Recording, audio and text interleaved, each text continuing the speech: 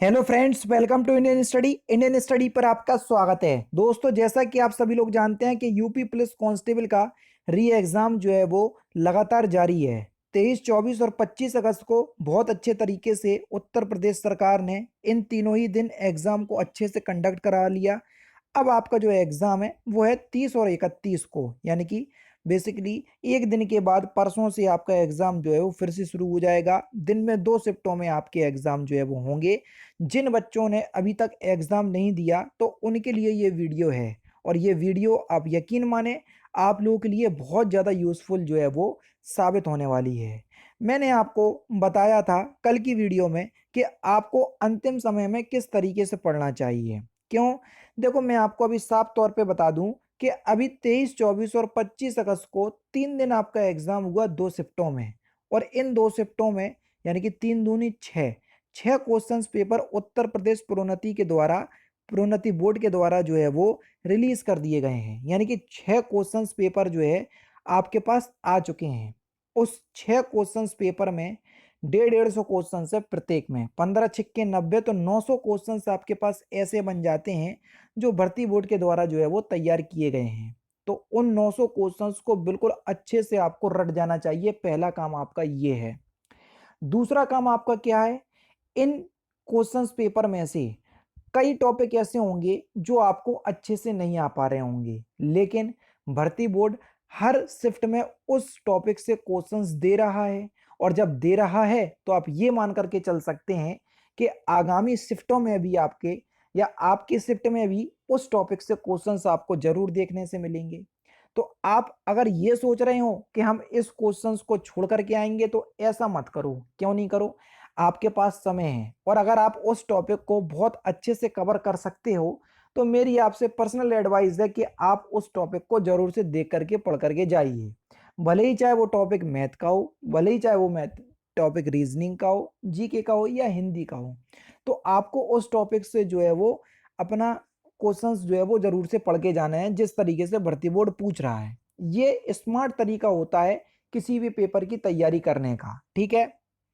अब देखो, कुछ चीजें मैं आपको ऐसी बता रहा हूं जो आपको थोड़ा सा आपको ये लगे कि यार ये भी थोड़ा सा जो है वो मैटर कर सकता है कि नहीं कर सकता है। अगर आपका सुबह और दोपहर की शिफ्ट में एग्जाम है तो सुबह की शिफ्ट वालों को इतना दिक्कत नहीं होगी, लेकिन जिनकी दिन की शिफ्ट में एग्जाम है तो मैं आपसे कहूंगा कि जो एग्जाम टाइम है उसी टाइम स्लॉट पर आप 2-3 बार जो है वो अपने घर में प्रैक्टिस कर लें। ठीक है? इससे क्या होगा कि आप जो है उस टाइम के लिए आपका माइंड जो है वो प्रिपेयर हो जाएगा और आप अच्छा परफॉर्मेंस दे पाएंगे। हालांकि इतना समय नहीं बचा हुआ है, लेकिन फिर भी मैं आपसे बोलूंगा कि आप एक बार जो है वो जरूर से ट्राई कर लें। क्योंकि वहां पर आपको ऐसा तो नहीं लग रहा कि दिन के टाइम आपको आलस आ रहा हो या कुछ ऐसे आपके साथ फीलिंग्स हो रही हो जिन वजह से आप जो है वो अच्छे से एग्जाम ना दे पाओ। क्योंकि अधिकतर आलस ही आता है जिस वजह से आपका जो है वो एग्जाम में परफॉर्मेंस अच्छा नहीं हो पाता है। ठीक है ना? तो इस समय इस चीज पर भी थोड़ा सा ध्यान दीजिएगा। बहुत बड़ी चीज नहीं है, लेकिन छोटी छोटी चीजों को अगर आप ध्यान दोगे तो आप एग्जाम में बहुत अच्छा परफॉर्मेंस दे पाओगे। समझ रहे? और एक चीज मैं आपसे ये भी कहना चाहूंगा कि देखो, कई लोग क्या होते हैं या कई स्टूडेंट ऐसे होते हैं कि उनको ऐसा लगता है कि 150 क्वेश्चन हमको एक ही बार में देखना है। तो बस वही चीज गलती हो जाती है। पता क्या करना है? आपके पास ऑफलाइन क्वेश्चंस पेपर आपको मिल रहा है। पहली जब आप पहला राउंड मारो, आपको पता है कि हमको अच्छे से जीके आती, हिंदी आती, रीजनिंग आती या मैथ आती। मैं आपसे बोलना चाहूंगा कि सबसे पहले आप जीके और हिंदी में से कोई एक चीज उठाओ। समझ रहे? 15 मिनट जीके, 15 मिनट हिंदी, इससे ज्यादा नहीं लगेगा। अगर आपको दोनों टॉपिक अच्छे से आते हैं तो 15-15 मिनट लगने वाले हैं 37 और 38 क्वेश्चंस को सॉल्व करने में। समझ रहे? तो आधा क्वेश्चंस पेपर जब आपका आधे घंटे में निपट जाएगा तो आप यकीन मानो आपको बहुत ज़्यादा कॉन्फिडेंस फील होगा कि अभी हमारे पास समय बहुत है और क्वेश्चंस केवल रीजनिंग और मैथ के बचे हुए हैं। तो मेरे कहने का मतलब यही है कि उसी टॉपिक को आप सबसे पहले उठाइएगा जिस टॉपिक में आपकी पकड़ सबसे अच्छी है। ठीक है? और पहले राउंड में आप उस क्वेश्चंस को बिल्कुल भी टच नहीं कीजिएगा जिसमें थोड़ा सा भी डाउट है या बिल्कुल भी नहीं आ रहा हो। जिसमें थोड़ा डाउट है तो आप उस क्वेश्चंस को सर्किल बनाइए और आगे बढ़ जाइए। जब आप सेकंड राउंड मारेंगे, सेकंड बार आप क्वेश्चंस पेपर देखेंगे तो आपको गोले वाले क्वेश्चंस दिखेंगे। उन पे आप अपनी नॉलेज को अप्लाई करो और यकीन मानो, अगर आप गौर से देखोगे और थोड़ा ध्यान से उस क्वेश्चंस को सॉल्व करने की कोशिश करोगे तो आप उस क्वेश्चंस को अवश्य बना पाओगे। तो यानी कि आपको पहले वही क्वेश्चन सॉल्व करना है जो आपको 100% आ रहे हैं, ठीक है। और बाकी आपका जो भी डाउट है तो मेरे से कमेंट बॉक्स में जरूर पूछ लिएगा।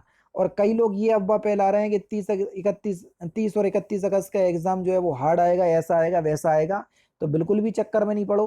पिछली 3 शिफ्टों में या 3 दिनों में जो आपके पेपर हुए हैं बस उसी पैटर्न को भर्ती बोर्ड फॉलो करेगा, क्योंकि इनको नॉर्मलाइजेशन भी करना है।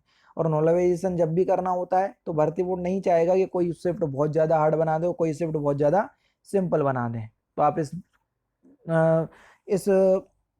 उस कन्फ्यूजन में बिल्कुल भी नहीं रहिएगा कि आपका एग्ज़ाम जो है वो हार्ड आएगा या सिंपल आएगा। जैसा भर्ती बोर्ड पैटर्न दे रहा है उसी पैटर्न पे आपका जो है वो क्वेश्चन पेपर 30 और 31 अगस्त को देखने को मिलने वाला है। बाकी लगातार आप अपनी प्रैक्टिस करते रहिए, दबा के प्रैक्टिस करते रहिए। और जो टॉपिक आपको नहीं आते हैं और भर्ती बोर्ड वो टॉपिक में से क्वेश्चंस पूछ रहा है तो उस टॉपिक को ज़रूर से कंप्लीट करते रहिए। बाकी जो भी डाउट है मेरे से कमेंट बॉक्स में पूछ लीजिएगा। मिलते हैं फिर नेक्स्ट क्लास में, नेक्स्ट सेशन में। जय हिंद, जय भारत।